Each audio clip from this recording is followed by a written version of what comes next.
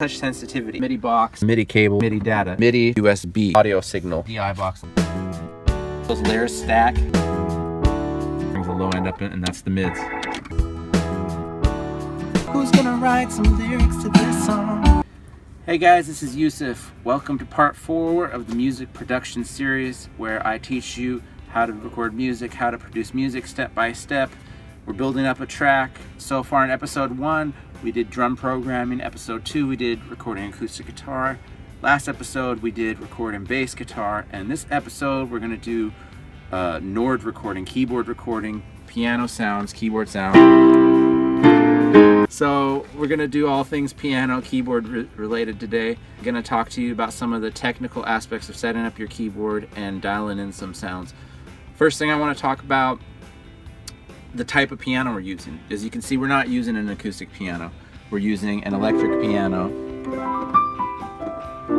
Right? Okay, so you can record acoustic piano. Again, if you have access to a nice acoustic piano and a nice big room and a nice studio, I would highly recommend using that. And the mic technique that you're gonna use for that is very similar to the mic technique you might use for recording acoustic guitar, which I showed you that technique last time. So that gets a little more technical, and I don't have an acoustic piano to show you, so I'm gonna show you how I do it. Honestly, it's a lot messier trying to record a piano with a mic, and nowadays with sampling, the piano sampling has just gotten so better over the last couple decades that you don't even, especially with this instrument, this Nord that we're gonna be recording with this Nord, you don't even need the acoustic pianos and even the electric pianos, the Rhodes pianos and the Wurlitzers and the B3 organs. It all does it in this. This is the brain of my keyboard setup. As you'll see, I have 2 pianos. The Nord basically gives me all the nice sounds. So it lets you basically have an organ section here, and then you have some pianos here. You have different piano sounds and we'll go through these in a bit. The thing about these Nords, they're very expensive. So if you want a full 88 keys, full-sized keyboard with touch sensitivity, that's gonna be like a couple $1,000s or more. So that's a big fat bill, and they're worth it. But personally, I prefer to save money. So that's why I have the 2 keyboards set up, and I did a video showing you how I set up this 2-tier keyboard stand, and I'll link it in the card above. So the way I do it is I have these 2, I spent a lot of time at the music store picking out the right piano that had the right feel for me. Rolands feel really good, I noticed, but they're also kind of expensive. This is a Yamaha, and it felt pretty good, and the price was decent on this, I think P85. Now they have the P125, very similar series. You're hearing right now the sounds off the keyboard itself. I don't record with those sounds. We're gonna set up the studio in a second and show you the sounds I use off the Nord. And so anyways, before we get to that, I just wanted to say, you know, the thing about this piano, it has touch sensitivity on it. So it feels like a real piano. So down here on the low notes, it's gonna feel heavier on my hand versus up here on the light notes, it's gonna feel really light. And that's how a real acoustic piano feels. And you never get quite the feel of an acoustic piano on one of these, but it gets you like 90-95% of the way there. That's plenty for doing, you know, your basic piano riffs. It gives you the nice feel and vibe. On the Nord that I got, this is not touch, this is only semi-weighted. They call this fully weighted, semi-weighted. I did that on purpose because this lets you, most organs, real organs, quote unquote real Hammond organs and B3s and things like that, they are semi-weighted so that you can do all these slides and runs and you don't have weighted keys on the organ. So I have one keyboard for the organ feel and one for my piano feel. So when I play organ, I'll play it up here. When I play pianos, I'll play them down here and they'll feel weighted. But the sounds will be coming out of the Nord. So that's a little bit about touch sensitivity. If you have any questions or comments about that, people have a lot of opinions about these things, just let me know below. So how do I get those sounds? The way I do it is MIDI routing. So I have a MIDI box. Oh, you can see it's on. Basically, you have these things. They look like this. It's called a MIDI cable. It's a 5-pin cable. It's been around since the, I think, late 70s, early 80s. Basically, you should never buy a piano that doesn't have, or I mean, digital keyboard that doesn't have MIDI in it. And that's a deal breaker for me, honestly. If it doesn't have MIDI I/O, MIDI input output, I won't buy it. The way that this routing works is this piano, I'm sending MIDI out. So I would connect this cable MIDI out of this, would send MIDI out to the MIDI in of this. And this is just a box I have that's a MIDI splitter. This is the MIDI out coming from this piano, and it goes in here, and this box lets you split up to, take one MIDI and split it into up to 4 signals. So one of them is going into here. So anything I play, any notes I play into here, you'll see right here. Any notes I play into the big piano, see, now you see it's receiving MIDI data. Even though I've turned the volume off this big one, you'll see it's receiving MIDI data. And then the other one I have split to go to the computer separately. This is via a MIDI to USB cable. This is called a MIDI Sport by M Audio. Pretty good, $20. So they probably have a newer one. I got this 15 years ago. It'll have 2 little MIDI I/O things. I'm not using the other side of it. I'm just using the one side right now. And that connects you to USB. So that won't actually record any audio.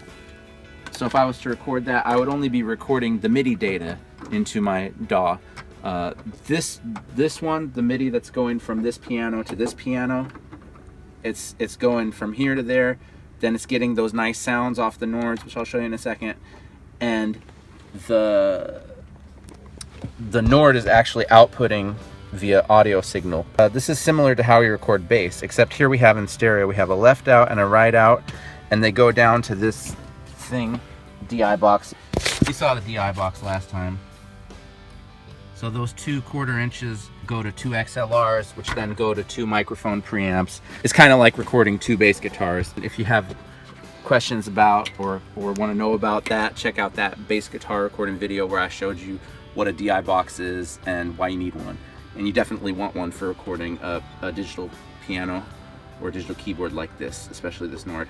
Okay, and as promised, you see the difference in piano sounds? That versus, right? It's a little, that's the Nord. It's a little more professional sounding in the piano.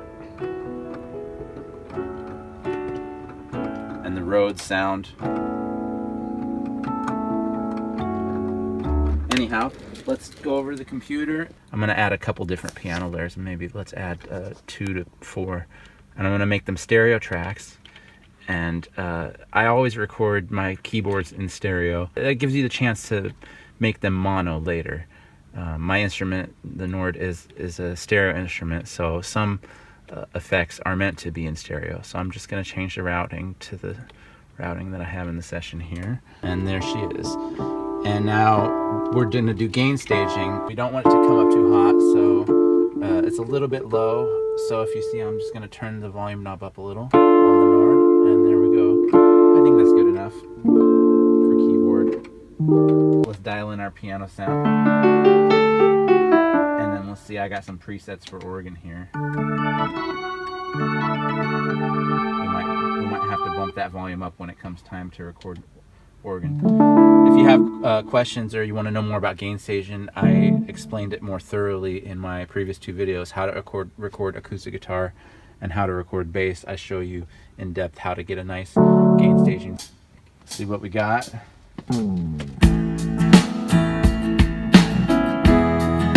Yeah. Just getting the sound right now. Maybe turn it up a little. Piano. Gain up. That's a nice sound.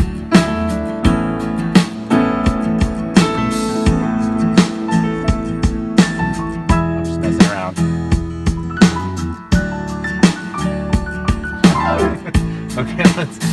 Okay, let's not use that. Let's record it for real now. Okay.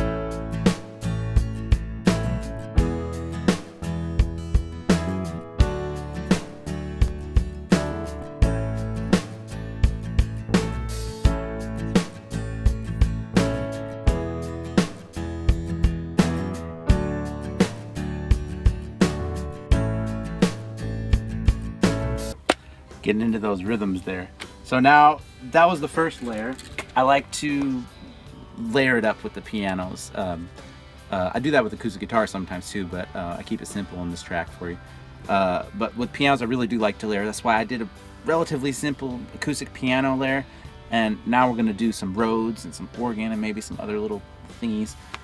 But I like to keep the first layer of piano kind of, you saw I was like really dialing into the rhythm, and I think it's important to just have that solid glue to the track. So let's dial in a Rhodes sound and get some electric piano. Rhodes with an H, not an OA. And let's call this piano. You want to always label and color code your tracks. You see how I have different colors on track? It just helps keep things organized better. Let's dial in our Rhodes sound. I have a nice preset that I use. I use the second model, whatever one that is, and sometimes I put a little tremolo on it. See how that adds. Here's without. Wait, oops.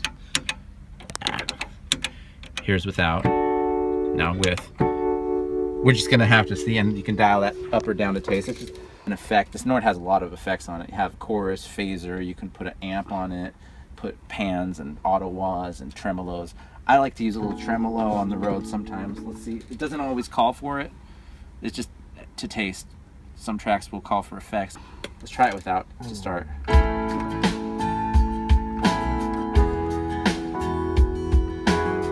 See how those layers stack already? It sounds like one piano, but it sounds thicker. And I have a little more freedom now rhythmically because my first track was real dialed in. Sometimes I'll use, instead of a Rhodes, I'll use a Wurlitzer. Let's see what that sounds like. You just trial and error with pianos.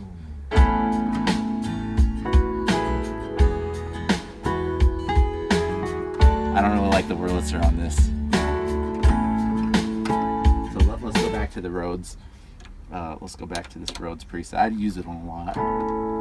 Just, you know, real Rhodes, similar to an acoustic piano, a real Rhodes piano would have an amplifier, and you would mic it similar to how you would record an electric guitar, actually, which we'll show you in the next video how to record electric guitars. They're super heavy, just like an acoustic piano. It's hard to haul around. It's really expensive equipment, and it's hard to maintain.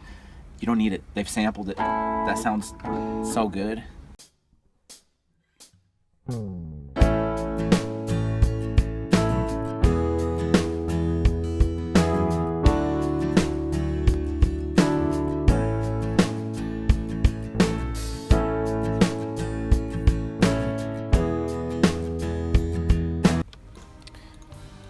Another trick is I record everything in mono and just do stereo panning at the very end. A lot of master mixers do that, and I find that it really lets you focus on the levels and the balances between things. We'll get into mixing later on in the tutorial. Okay, that was the Rhodes layer. You saw how it beefed it up. You know, I tried to leave some space too, careful not to step too much on the toes of the piano. I kind of like to play off the piano and try to make them sound more like one piano. If you listen to Stevie Wonder, especially like the beginning of Superstition or something, he's got like 4 or 5 clavinets going, but it sounds like one, even though if you listen real carefully, he's got like maybe 6 going on. You could never do it even live. But it sounds like one instrument, one voice. That's how I try to kind of pad my pianos and Rhodes. And now let's add the juice, the glue. And this is the fun part. Let's dial in some organ settings. So come on over. I have a few presets.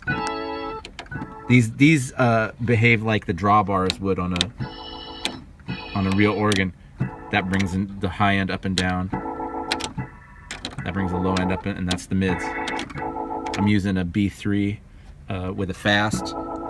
You could make it slow. See how the vibrato got kind of slow. Now it's fast. And you can use different types of organs, different tones. You have different settings for how the responsiveness of the keys, percussive, many settings on this Nord. And this is an older one. They even have, this is the Nord Electro 3. If you're recording Nord today, I would recommend picking up one of the newer ones. Let's see which organ we want to dial in. Let's just play the track and try a few different ones.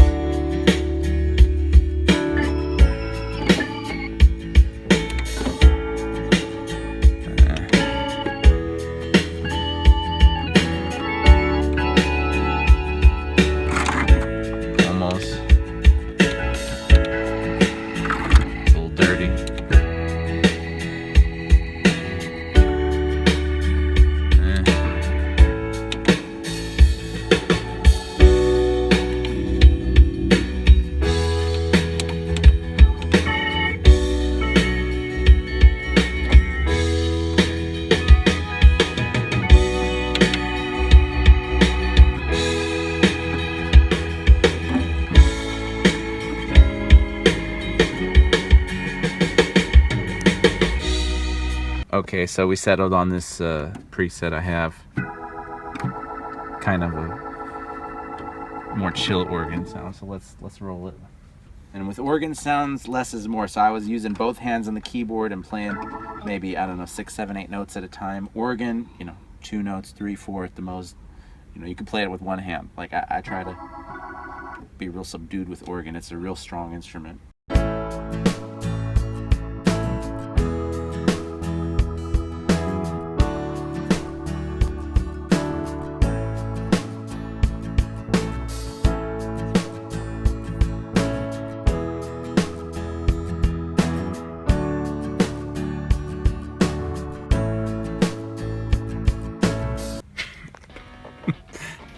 That was the B3 organ on the Nord Electro 3. So you see how simple it is to layer a few different piano parts. You don't have to be a master pianist. I'm definitely not a master keyboard player, but with something like this Nord Electro, when you record, you can get some really great killer sounds, stack them up, use basic chords, you know, learn a few different inversions. You saw I was just, the organ, I was just doing one hand most of the time. I'm playing 2 notes most of the time. And that's more than enough, you know, for organ. For the Rhodes and the pianos, I wasn't all over. I wasn't doing Beethoven and crazy stuff. I was just playing kind of pads and adding little fills here and there, little grace notes. That's what gives your keyboards nice, subtle, you know, pad kind of like in this track.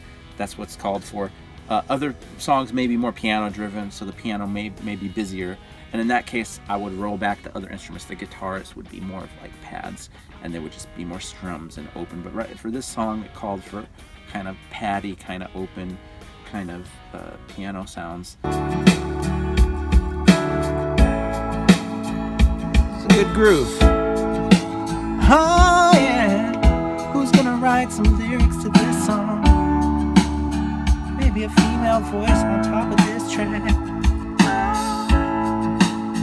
I'll write something about hats. What's that? Oh yeah.